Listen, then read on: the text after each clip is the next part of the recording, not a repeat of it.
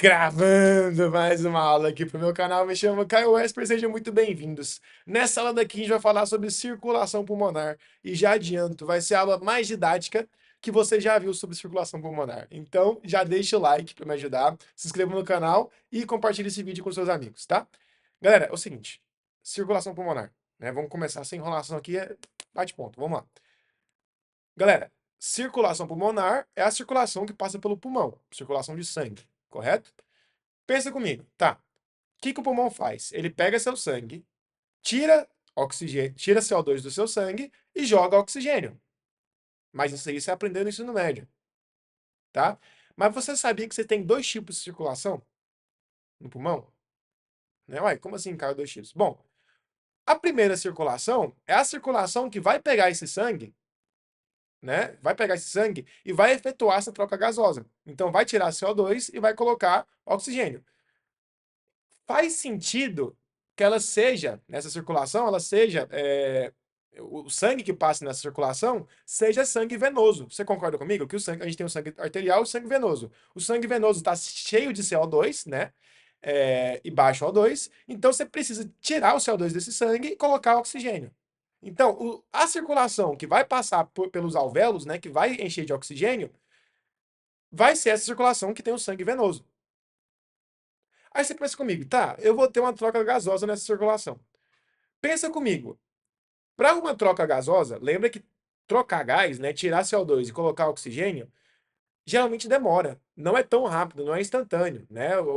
Não sei se você já percebeu, porra, é só imaginar, trocar gás, né? Trocar gás é um processo mais lento. Se é um processo mais lento, faz mais sentido eu ter baixa pressão ou alta pressão? Baixa pressão, porque eu vou ter uma menor velocidade, uma menor pressão, então eu consigo trocar gás, né? Porque vai demorar mais para passar pelos alvéolos. E faz mais sentido eu ter alto fluxo ou baixo fluxo? Alto fluxo, né? Porque eu tenho mais sangue passando, mais oxigênio saindo, mais CO2 saindo, mais oxigênio entrando. Já que a troca de gás é um processo não muito rápido, tá? Então, o primeiro tipo de circulação vai ser a circulação que vai passar pelos alvéolos. Vai ser a circulação de sangue venoso, que é o sangue rico em CO2 e baixo em oxigênio, que vai trocar esse rico em CO2 por rico em oxigênio e baixo em CO2. É um sangue venoso que vai virar sangue arterial.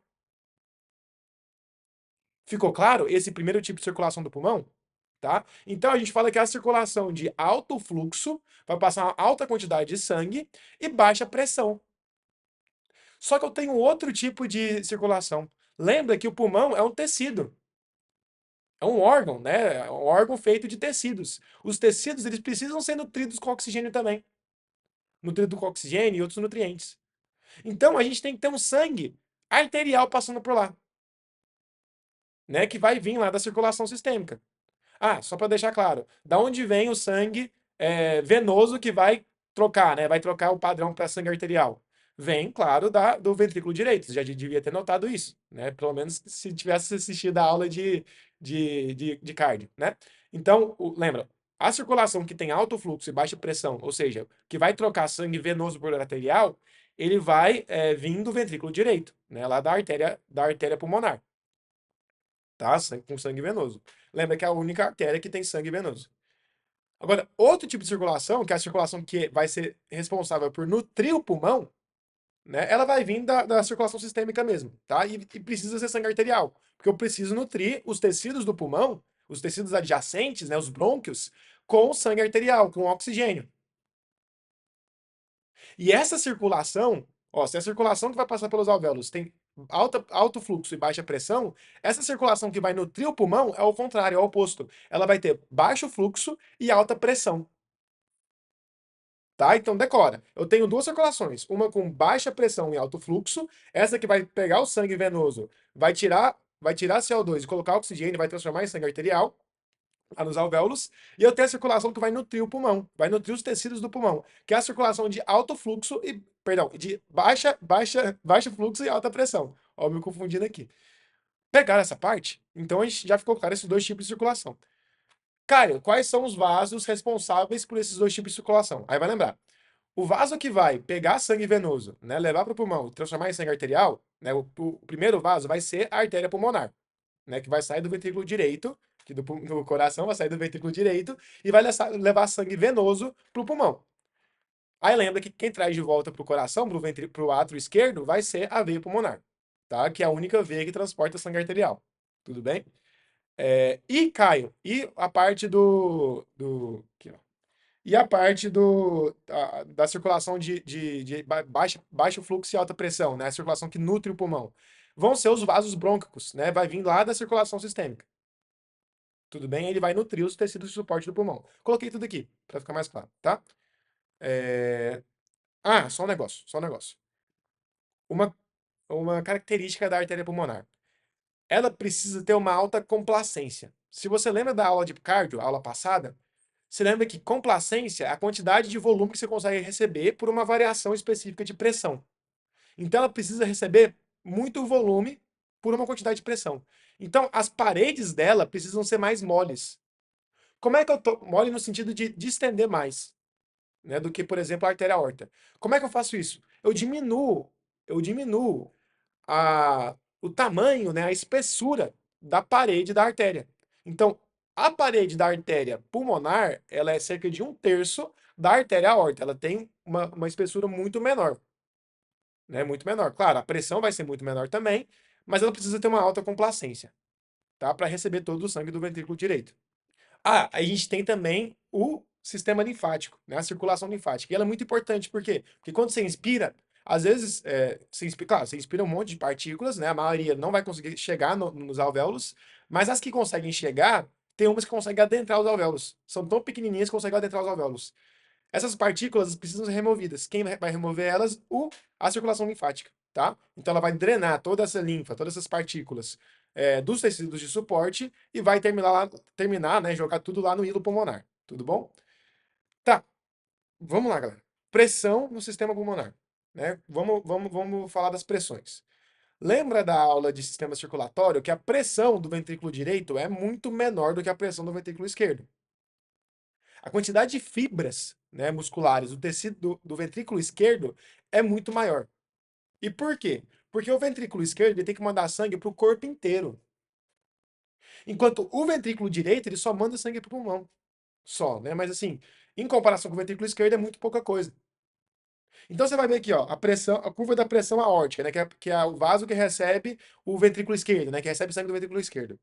Ela é muito maior do que a curva da artéria pulmonar, mas muito maior mesmo, né? Enquanto aqui, ó, da artéria pulmonar vai de 7, 8, né, até 25 pressão máxima, a da artéria aorta vai de 75 a 120, né? A diferença é muito grande, tá? E galera, pensa comigo, tá? Vamos deixar umas coisas óbvias claras aqui, ó. A pressão da artéria aorta, quando eu tenho, perdão, da artéria pulmonar, quando eu tenho a sístole ventricular direita, a sístole do ventrículo direito, ela vai se igualar à pressão, né, do ventrículo direito. Então, eu contraio o ventrículo direito, eu vou jogar o sangue para a artéria pulmonar. No momento que eu contraio, a pressão dos dois se iguala. Porque o líquido está indo de um lugar para o outro, né? Não tem nenhuma interrupção. Só que, lembra da aula de cardio. Quando eu mando sangue, quando eu tenho a sístole ventricular, né, quando o ventrículo se contrai jogando sangue para a artéria, logo depois eu tenho um relaxamento isovolumétrico. Então, logo depois da sístole, logo depois do pico de pressão, eu tenho uma baixa súbita de pressão. Então, ó, no gráfico, a gente tem um pico de pressão, né, do ventrículo e da artéria, porque o ventrículo vai mandar esse sangue para a artéria pulmonar, e logo depois o ventrículo sofre uma queda de pressão muito rápida. Por quê? Porque eu tenho um relaxamento isovolumétrico. A artéria, ela não relaxa desse jeito. Né? E lembra, quando eu tenho a sístole ventricular, logo depois a válvula da artéria pulmonar, ela fecha, que vai cortar o fluxo do ventrículo para a artéria. E a artéria, né, que vai ter o sangue, ela vai encher de sangue, a pressão dela diminui de forma mais lenta. Olha aqui, ó. Não diminui tão rápido igual o ventrículo. E não diminui tanto igual o ventrículo, inclusive. Tá? Por que isso, cara? Porque ela só vai diminuir quando ela conseguir mandar sangue pro pulmão. Tá? Então, de novo, os dois, quando tem a sístole, eles vão igualar a pressão, só que a pressão da artéria pulmonar não vai diminuir tanto igual o ventrículo. Por quê? Porque eu vou fechar a válvula pulmonar, o sangue não vai passar entre eles, então a pressão não vai se igualar, e o sangue a pressão só vai diminuir quando eu conseguir mandar sangue pro pulmão. Tudo bem? Ficou claro aqui? Tá, aqui eu já registrei, né? Pressão mais baixa do que a artéria pulmonar, a artéria aórtica, perdão, a artéria pulmonar. Enfim, já expliquei isso aqui tudo, só deixei registrado aqui, tá? Ah, Caio, e da veia pulmonar, né? Que é a veia que vai, que é o vaso que vai mandar sangue arterial do pulmão para o coração, né? A pressão gira em torno de 2 milímetros de mercúrio, tá? Não é tão alta assim, podendo variar de 1 a 5.